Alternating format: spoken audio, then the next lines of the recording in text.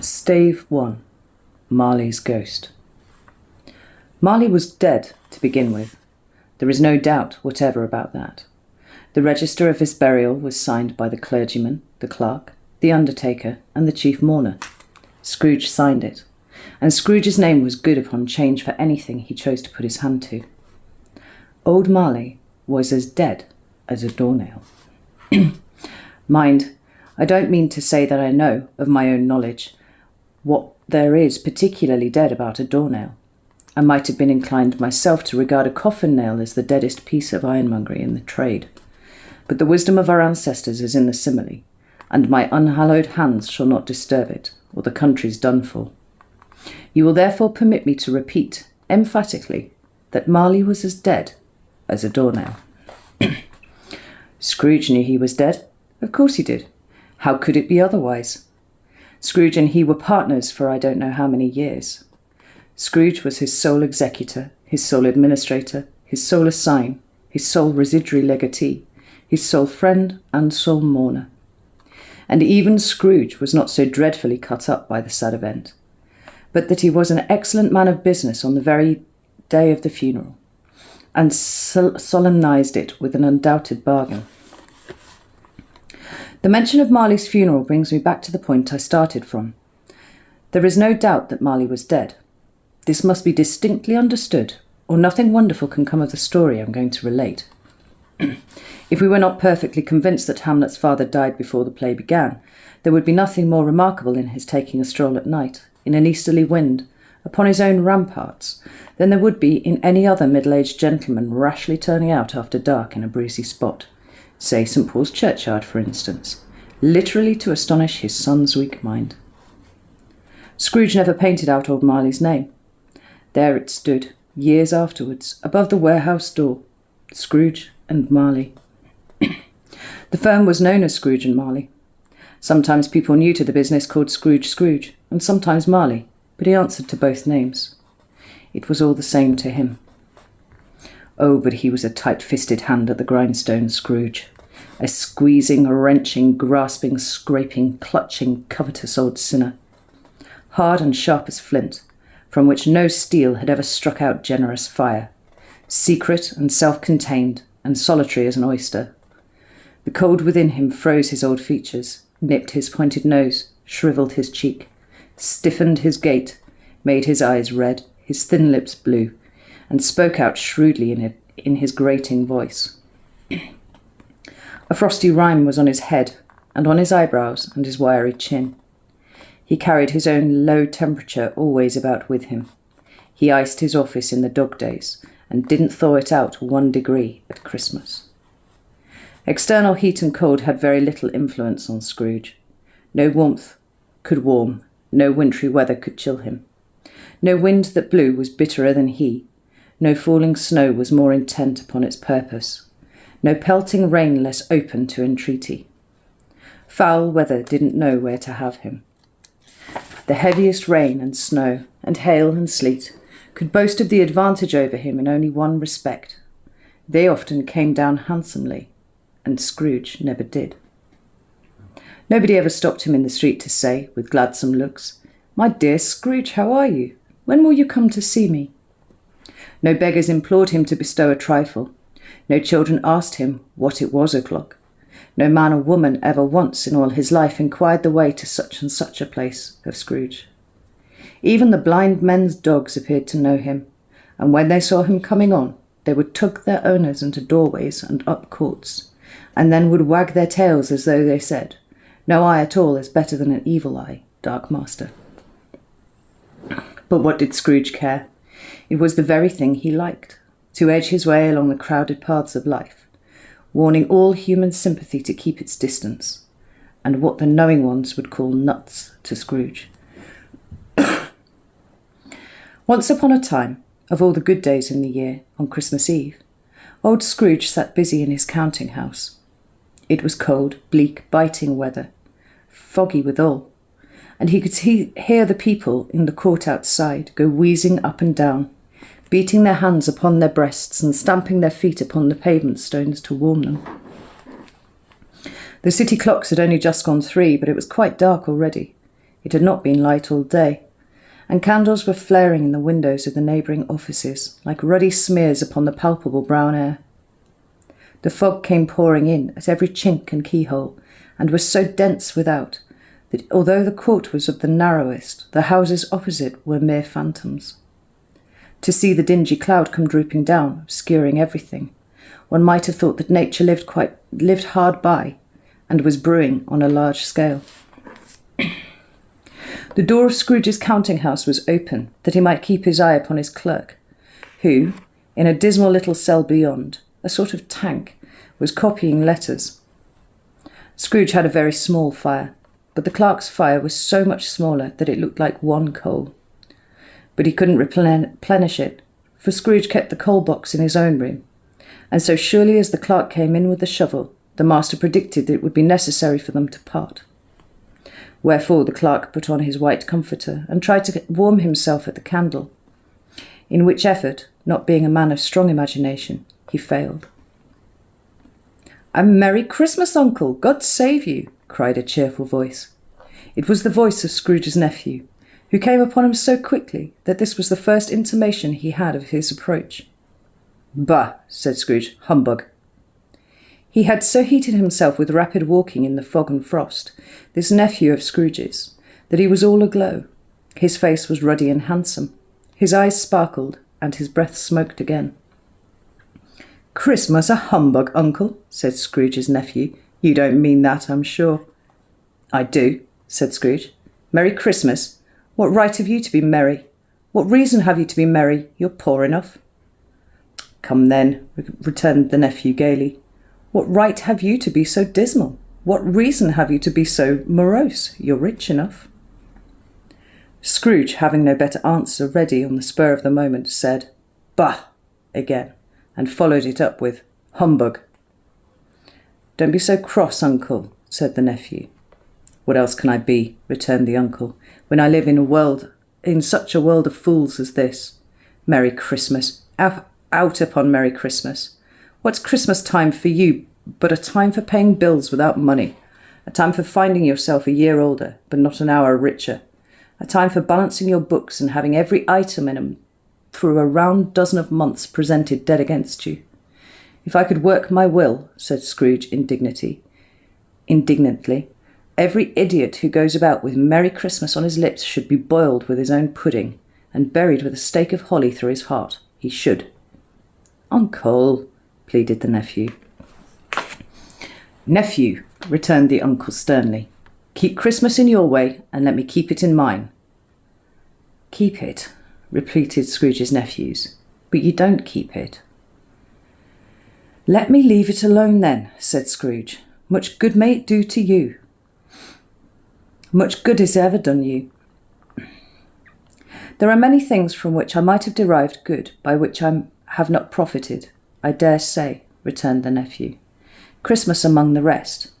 But I am sure I have always thought of Christmas time, when it has come around, apart from the veneration due to its sacred name and origin, if anything belonging to it can be apart from that, as a good time, a kind, forgiving, charitable, pleasant time. The only time I know of, in the long calendar of the year, where men and women seem by one consent to open their shut-up hearts freely, and to think of people below them as if they really were fellow passengers to the grave, and not another race of creatures bound on other journeys. And therefore, Uncle, though it has never put a scrap of gold or silver in my pocket, I believe it has done me good, and will do me good, and I say, God bless it." The clerk in the tank involuntarily applauded. Becoming immediately sensible of the impropriety, he poked the fire and extinguished the last frail spark forever. "Let me hear another sound from you," said Scrooge, "and you'll keep your Christmas by losing your situation. You're quite a powerful speaker, sir," he added, turning to his nephew. "I wonder you don't go into Parliament." "Don't be angry, Uncle. Come, dine with us tomorrow." Scrooge said that he would see him. Yes, indeed he did. He went the whole length of the expression, and said that he would see him in that extremity first. "But why?" cried Scrooge's nephew. "Why? Why did you get married?" said Scrooge. "Because I fell in love." Because he fell in love, growled Scrooge, as if that was the only thing in the world more ridiculous than a Merry Christmas. Good afternoon. Nay, uncle, but you never came to see me before that happened. Why give it as a reason for not coming now? Good afternoon, said Scrooge.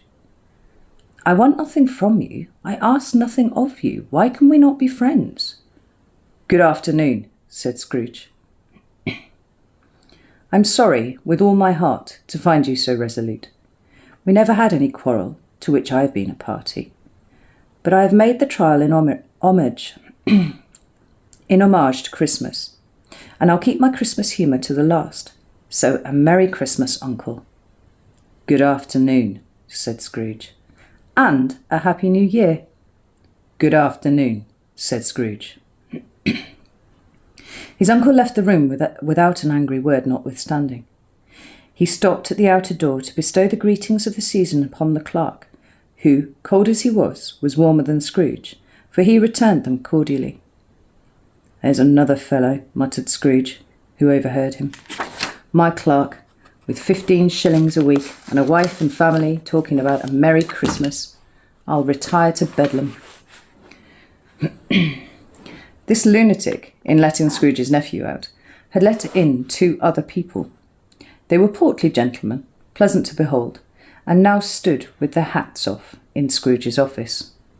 They had books and papers in their hands and bowed to him. Scrooge and Marley's, I believe, said one of the gentlemen, referring to his list.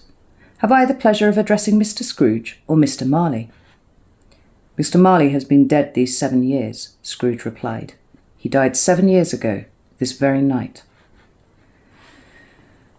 We have no doubt his liberality is well represented by his surviving partner, said the gentleman, presenting his credentials. It certainly was, for they had been 2 kindred spirits. At the ominous word liberality, Scrooge frowned and shook his head and handed the credentials back. At this festive season of the year, Mr. Scrooge, said the gentleman, taking up a pen, it is more than usually desirable that we should make some slight provision for the poor and destitute, who suffer greatly at the present time. Many thousands are in want of common necessities. Hundreds of thousands are in want of common comforts, sir. Are there no prisons? Asked Scrooge. Plenty of prisons, said the gentleman, laying down the pen again. And the union workhouses? Demanded Scrooge. Are they still in operation? They are, still, returned the gentleman. I wish I could say they were not. The treadmill and the poor law are in full vigour, then, said Scrooge. Both very busy, sir. Oh, I was afraid from what you'd said at first that something had occurred to stop them in their useful course, said Scrooge. I am very glad to hear it. Under the impression that they scarcely furnish Christian cheer of mind or body to the multitude, returned the gentleman, a few of us are endeavouring to raise a fund to buy the poor some meat and drink, and means of warmth. We choose this time because it is a time, of all others, when want is keenly felt and abundance rejoices. What shall I put you down for? Nothing, Scrooge replied. You wish to be anonymous. I wish to be left alone, said Scrooge. Since you ask me what I wish, gentlemen, that is my answer. I don't make merry myself at Christmas, and I can't afford to make idle people merry. I help to support the establishments I have mentioned. They cost enough, and those who are badly off must go there.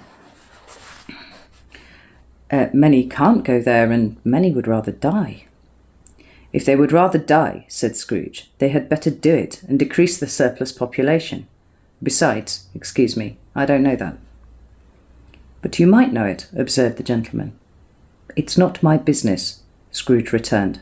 It's enough for a man to understand his own business and not to interfere with other people's. Mine occupies me constantly. Good afternoon, gentlemen. Seeing clearly that it would be useless to pursue their point, the gentleman withdrew. Scrooge resumed his labours with an improved opinion of himself, and in a more facetious temper than was usual with him. Meanwhile the fog and darkness thickened so that people ran about with flaring links, proffering their services to go before horses and carriages and conduct them on their way. The ancient tower of a church, whose gruff old bell was always peeping slyly down at Scrooge out of a Gothic window in the wall, became invisible, and struck the hours and quarters in the clouds, with tremulous vibrations afterwards, as if its teeth were chattering in its frozen head up there. The cold became intense. In the main street, at the corner of the court, some labourers were repairing the gas pipes, and had lighted a great fire in a brazier, round which a party of ragged men and boys were gathered, warming their hands and winking their eyes before the blaze in rapture. The water plug being left in solitude, its overflowings sullenly congealed, and turned to misanthropic ice. The brightness of the shops, where the holly sprigs and berries crackled in the lamp heat of the windows, made pale faces ruddy as they passed. Poulterers' and grocers' trades became a splendid joke, a glorious pageant, with which it was next to impossible to believe that such dull principles as bargain and sale had anything to do. The Lord Mayor, in the stronghold of the mighty mansion house, gave orders to his 50 cooks and butlers to keep Christmas as a Lord Mayor's household should, and even the little tailor, whom he had fined 5 shillings on the previous Monday for being drunk and bloodthirsty in the streets, stirred up tomorrow's pudding in his garret, while his lean wife and the baby sallied out to buy the beef. Foggier yet, and colder, piercing, searching, biting cold. If the good Saint Dunstan had but nipped the evil spirit's nose with just a touch of such weather as that, instead of using his familiar weapons, then indeed he would have roared to lusty purpose. The owner of one scant young nose, gnawed and mumbled by the hungry cold as bones are gnawed by dogs, stooped down at Scrooge's keyhole to regale him with a Christmas carol. But at the first sound of "God bless you, merry gentlemen, may nothing you dismay," Scrooge seized the ruler with such energy of action that the singer fled in terror, leaving the keyhole to the fog and an even more congenial frost. At length the hour of shutting up the counting-house arrived. With an ill will, Scrooge dismounted from his stool, and tacitly admitted the fact to his expectant clerk in the tank, who instantly snuffed his candle out and put on his hat. "You'll want all day tomorrow, I suppose," said Scrooge. "If quite convenient, sir." "It's not convenient," said Scrooge, "and it's not fair. If I was to stop £0.50 for it, you'd think yourself ill-used, I'll be bound." The clerk smiled faintly. "And yet," said Scrooge, "you don't think me ill-used when I pay a day's wages for no work." The clerk observed that it was only once a year. "A poor excuse for picking a man's pocket every 25th of December," said Scrooge, buttoning his greatcoat up to the chin. "But I suppose you must have the whole day. Be here all the earlier next morning." The clerk promised that he would, and Scrooge walked out with a growl. The office was closed in a twinkling, and the clerk, with the long ends of his white comforter dangling below his waist, for he boasted no greatcoat, went down a slide-on cornhill at the end of a lane of boys 20 times in honour of it being Christmas Eve, and then ran home to Camden Town as hard as he could pelt to play at blind man's bluff.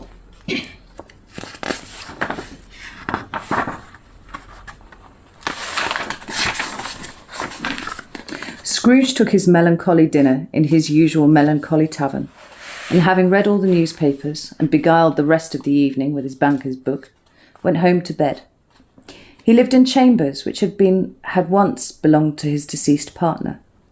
They were a gloomy suite of rooms, in a lowering pile of building up a yard, where it had so little business to be that one could scarcely help fancying it must have run there when it was a young house, playing at hide-and-seek with other houses, and forgotten the way out again. It was old enough now and dreary enough, for no one lived in it but Scrooge, the other rooms being all let out as offices. The yard was so dark that even Scrooge, who knew its every stone, was fain to grope with his hands. The fog and frost so hung about the black old gateway of the house that it seemed as if the genius of the weather sat in mournful meditation on the threshold. Now it is a fact that there was nothing at all particular about the knocker on the door, except that it was very large. It is also a fact that Scrooge had seen it night and morning during his whole residence in that place. Also that Scrooge had as little of what is called fancy about him as any man in London, even including, which is a bold word, the corporation, alderman, and livery. Let it also be borne in mind that Scrooge had not bestowed one thought on Marley since his last mention of his 7 years dead partner that afternoon. And then let any man explain to me, if he can, how it is that Scrooge, having his key in the lock of the door, saw the knocker without its undergoing any immediate process of change. Not a knocker, but Marley's face. Marley's face. It was not an impenetrable shadow as the other objects in the yard were, but had a dismal light about it, like a bad lobster in a dark cellar. It was not angry or ferocious, but looked at Scrooge as Marley used to look, with ghostly spectacles turned up on its ghostly forehead. The hair was curiously stirred, as if by breath or hot air, and, though the eyes were wide open, they were perfectly motionless. That and its livid colour made it horrible, but the horror seemed to be in spite of the face and beyond its control, rather than a part of its own expression. As Scrooge looked fixedly at this phenomenon, it was a knocker again. To say that he was not startled, or that his blood was not conscious of a terrible sensation to which it had been a stranger from infancy, would be untrue. But he put his hand upon the key he had relinquished, turned it sturdily, walked in, and lighted his candle. He did pause with a moment's irresolution before he shut the door, and he did look cautiously behind it first, as if he half expected to be terrified with the sight of Marley's pigtails sticking out into the hall. But there was nothing on the back of the door, except the screws and nuts that held the knocker on. So he said, "Phew," and closed it with a bang. The sound resounded through the house like thunder. Every room above, and every cask in the wine merchant's cellars below, appeared to have a separate peal of echoes of its own. Scrooge was not a man to be frightened by echoes. He fastened the door and walked across the hall and up the stairs, slowly too, trimming his candle as he went. You may talk vaguely about driving a coach and six up a good old flight of stairs, or through a bad young Act of Parliament, but I mean to say you might have got a hearse up that staircase and taken it broadways, with the splinter bar towards the wall and the door towards the balustrades, and done it easy. There was plenty of width for that, and room to spare, which is perhaps the reason why Scrooge thought he saw a locomotive hearse going on before him in the gloom. Half a dozen gas lamps out of the street wouldn't have lighted the entry too well, so you may suppose that it was pretty dark with Scrooge's dip. Up Scrooge went, not caring a button for that. Darkness is cheap, and Scrooge liked it. Before he shut his heavy door, he walked through his rooms to see that all was right. He had just enough recollection of the face to desire to do that. Sitting room, bedroom, lumber room, all as they should be. Nobody under the table, nobody under the sofa, a small fire in the grate, spoon and basin ready, and the little saucepan of gruel. Scrooge had a cold in his head, upon the hob. Nobody under the bed, nobody in the closet, nobody in his dressing gown, which was hanging up in a suspicious attitude against the wall. Lumber room as usual, old fireguard, old shoes, 2 fish baskets, washing stand on 3 legs, and a poker. Quite satisfied, he closed his door and locked himself in. Double-locked himself in, which was not his custom. Thus secured against surprise, he took off his cravat, put on his dressing gown and slippers and his nightcap, and sat down before the fire to take his gruel. It was a very low fire indeed, nothing on such a bitter night. He was obliged to sit close to it and brood over it, before he could extract the least sensation of some warmth from such a handful of fuel. The fireplace was an old one, built by some Dutch merchant long ago, and paved all round with quaint Dutch tiles. designed to illustrate the scriptures. There were Cains and Abels, Pharaoh's daughters, queens of Sheba, angelic messengers descending through the air on clouds like feather beds, Abrahams, Belshazzars, apostles putting off to sea in butter boats, hundreds of figures to attract his thoughts, and yet that face of Marley, 7 years dead, came like the ancient prophet's rod and swallowed up the whole. If each smooth tile had been a blank at first, with the power to shape some picture on its surface from the disjointed fragments of his thoughts, there would have been a copy of old Marley's head on every one. "Humbug," said Scrooge, and walked across the room. After several turns, he sat down again. As he threw his head back in the chair, his glance happened to rest upon a bell, a disused bell that hung in the room, and communicated for some purpose now forgotten with a chamber in the highest story of the house. It was with great astonishment and strange, inexplicable dread that as he looked, he saw this bell begin to swing. It swung so softly in the outset that it scarcely made a sound, but it soon rang out loudly, and so did every bell in the house. This might have lasted half a minute, or a minute, but it seemed an hour. The bells ceased as they had begun, together. They were succeeded by a clanking noise, deep down below, as if some person were dragging a heavy chain over the casks in the wine merchant's cellar. Scrooge then remembered to have heard that ghosts in haunted houses were described as dragging chains. The cellar door flew open with a booming sound, and then he heard the noise much louder on the floors below, then coming up the stairs, then coming straight towards his door. "It's humbug still," said Scrooge. "I won't believe it." His colour changed, though, when, without a pause, it came on through the heavy door and passed into the room before his eyes. Upon its coming in, the dying flame leapt up, as though it cried, "I know him, Marley's ghost," and fell again. The same face, the very same. Marley in his pigtail, usual waistcoat, tights and boots, the tassels on the latter bristling like his pigtail and his coat skirts, and the hair on his head. The chain he drew was clasped about his middle. It was long and wound about him like a tail, and it was made, for Scrooge observed it closely, of cash boxes, keys, padlocks, ledgers, deeds, and heavy purses wrought in steel. His body was transparent, so that Scrooge, observing him and looking through his waistcoat, could see the 2 buttons on his coat behind. Scrooge had often heard it said that Marley had no bowels, but he'd never believed it until now. No, nor did he believe it even now, though he looked at the phantom through and through, and saw it standing before him, though he felt the chilling influence of its death-cold eyes, and mocked the very texture of the folded kerchief bound about its head and chin, which wrapper he had not observed before. He was still incredulous, and fought against his senses. "How now?" said Scrooge, caustic and cold as ever. "What do you want with me?" "Much." Marley's voice, no doubt about it. "Who are you?" "Ask me who I was." "Who were you then?" said Scrooge, raising his voice. "You're particular, for a shade." He was going to say, "to a shade," but substituted this as more appropriate. "In life, I was your partner, Jacob Marley." Can you sit down?" asked Scrooge, looking doubtfully at him. "I can."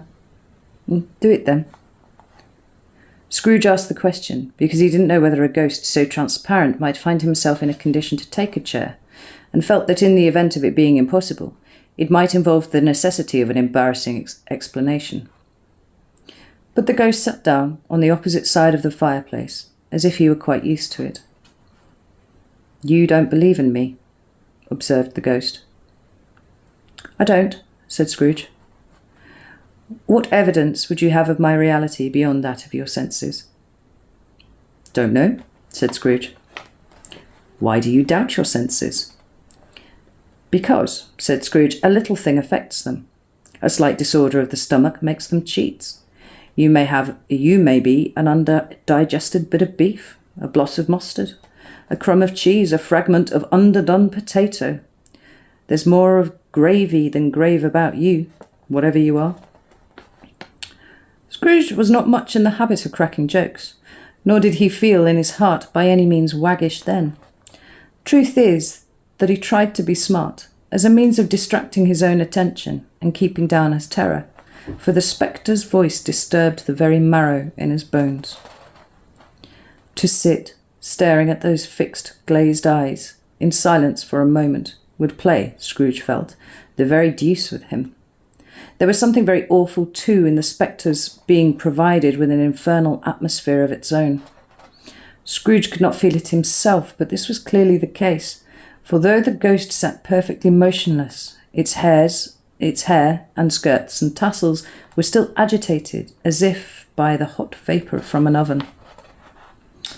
"You see this toothpick?" said Scrooge, returning quickly to the charge, for the reason just assigned, and wishing, though it were only just for a second, to divert the vision's gaze from himself. "I do," replied the ghost. "You are not looking at it," said Scrooge. "But I see it," said the ghost, notwithstanding. "Well," returned Scrooge, "I have but to swallow this, and for the rest of my days persecuted by a legion of goblins, all by my own creation. Humbug, I tell you, humbug."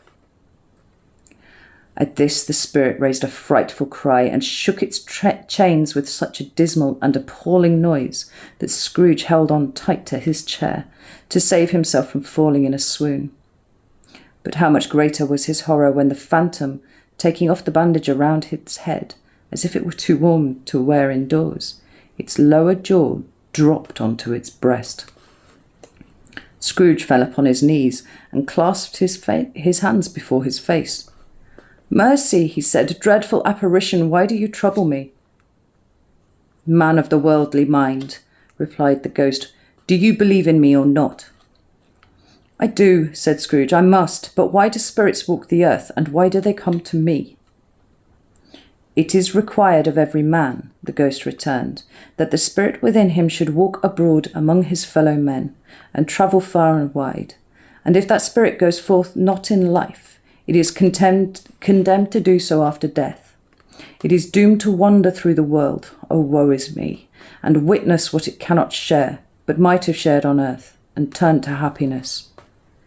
Again the spectre raised a cry and shook its chain and wrung its shadowy hands.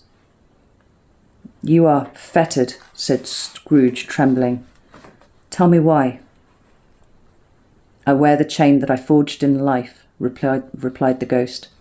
"I made it, link by link, and yard by yard. I girded it on of my own free will, and of my own free will I wore it. Is its pattern strange to you?" Scrooge trembled more and more. "Or would you know," pursued the ghost, "the weight and length of the strong coil you bear yourself? It was as full and heavy and long as this 7 Christmas Eves ago. You have laboured on it since. It is a ponderous chain." Scrooge glanced about him on the floor, in the expectation of finding himself surrounded by some 50 or 60 fathoms of iron cable, but he could see nothing. "Jacob," he said imploringly. "Oh, Jacob Marley, tell me more. Speak comfort to me, Jacob." "I have none to give," the ghost replied. "It comes from other regions, Ebenezer Scrooge, and it is conveyed by other ministers, to other kinds of men. Nor can I tell you what I would. A very little more is all permitted to me. I cannot rest, I cannot stay, I cannot linger anywhere. My spirit never walked beyond our counting house. Mark me, in my life my spirit never roved beyond the narrow limits of our money-changing hole, and weary journeys lie before me." It was a habit with Scrooge, whenever he became thoughtful, to put his hands in his breeches pockets. Pondering on what the ghost had said, he did so now, but without lifting up his eyes or getting up off his knees.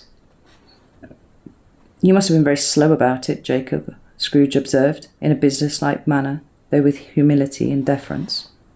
"Slow," the ghost repeated. 7 years dead," mused Scrooge, "and travelling all the time?" "The whole time," said the ghost. "No rest, no peace, incessant torture of remorse. You travel fast? Asked Scrooge. On the wings of the wind, replied the ghost. You might have got over a great quantity of ground in 7 years, said Scrooge.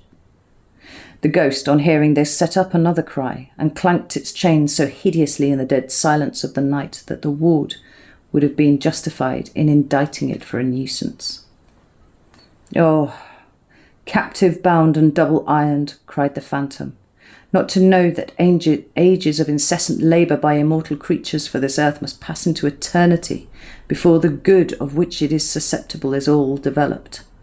Not to know that any Christian spirit working kindly in its little sphere, whatever it may be, will find its mortal life too short for its vast means of usefulness. Not to know that no space of regret can make amends for one's life opportunity misused. And yet such was I. Oh, such was I. But you were always a good man of business, Jacob, faltered Scrooge, who now began to apply this to himself. Business! Cried the ghost, wringing its hands again. Mankind was my business. The common welfare was my business. Charity, mercy, forbearance, and benevolence were all my business. The dealings of my trade were but a drop of water in the comprehensive ocean of my business. It held up its chain at arm's length, as if that were the cause of all its unavailing grief, and flung it heavily to the ground again. At this time of the rolling year, the spectre said, I suffer most. Why did I walk through crowds of fellow beings with my eyes turned down, and never raise them to that blessed star which led the wise men to a poor abode? Were there no poor homes which its light would have conducted me? Scrooge was very much dismayed to hear the spectre going on at this rate, and began to quake exceedingly. Hear me, cried the ghost, my time is nearly gone. I will, said Scrooge, but don't be hard upon me. Don't be flowery, Jacob, pray. How is it that I appear before you in a shape that you can see, I may not tell? I have sat invisible beside you many and many a day. It was not an agreeable idea. Scrooge shivered and wiped the perspiration from his brow. There is no light part of my penance, pursued the ghost. I am here tonight to warn you that you have yet a chance and hope of escaping my fate, a chance and hope of my procuring Ebenezer. You were always a good friend to me, said Scrooge. Thank ye. You will be haunted, resumed the ghost, by 3 spirits. Scrooge's countenance fell almost as low as the ghost's had done. Is that the chance and hope you mentioned, Jacob? He demanded, in a faltering voice. It is. I think I'd rather not, said Scrooge. Without their visits, said the ghost, you cannot hope to shun the path I tread. Expect the first tomorrow, when the bell tolls 1. Can I take them all at once and have it over, Jacob? Hinted Scrooge. Expect the second on the next night at the same hour. The third upon the next night, when the last stroke of 12 has ceased to vibrate. Look to see me no more, and look that, for your own sake, you remember what has passed between us.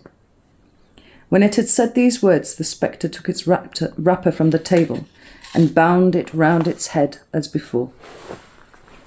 Scrooge knew this by the smart sound its teeth made when the jaws were brought together by the bandage.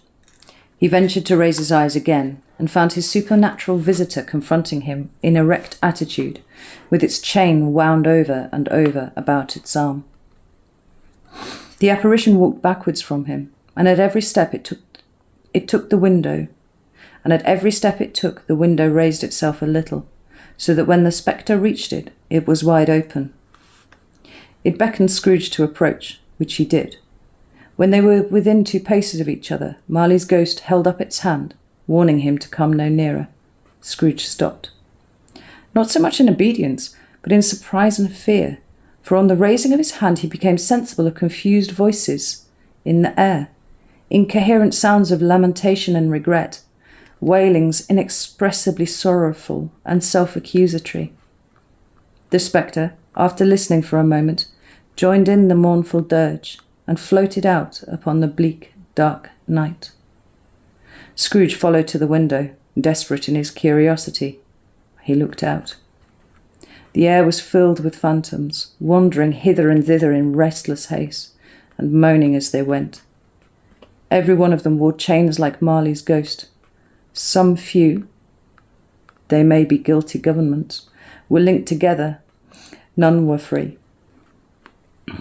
Many had been known personally to Scrooge in their lives.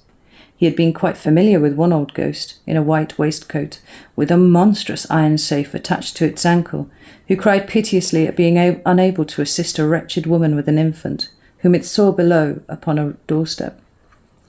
The misery with them was all, clearly, that they sought to interfere for good and in human matters, and had lost the power forever. Whether these creatures faded into mist, or mist enshrouded them, he could not tell. But they and their spirit voices faded together, and the night became as it had been when he walked home. Scrooge closed the window and examined the door by which the ghost had entered. It was double-locked, as he had locked it with his own hands, and the bolts were undisturbed. He tried to say humbug, but stopped at the first syllable. And being, from the emotion he had undergone, or the fatigues of the day, or his glimpse of the invisible world, or the dull conversation of the ghost, or the lateness of the hour, much in need of repose, went straight to bed, without undressing, and fell asleep upon the instant.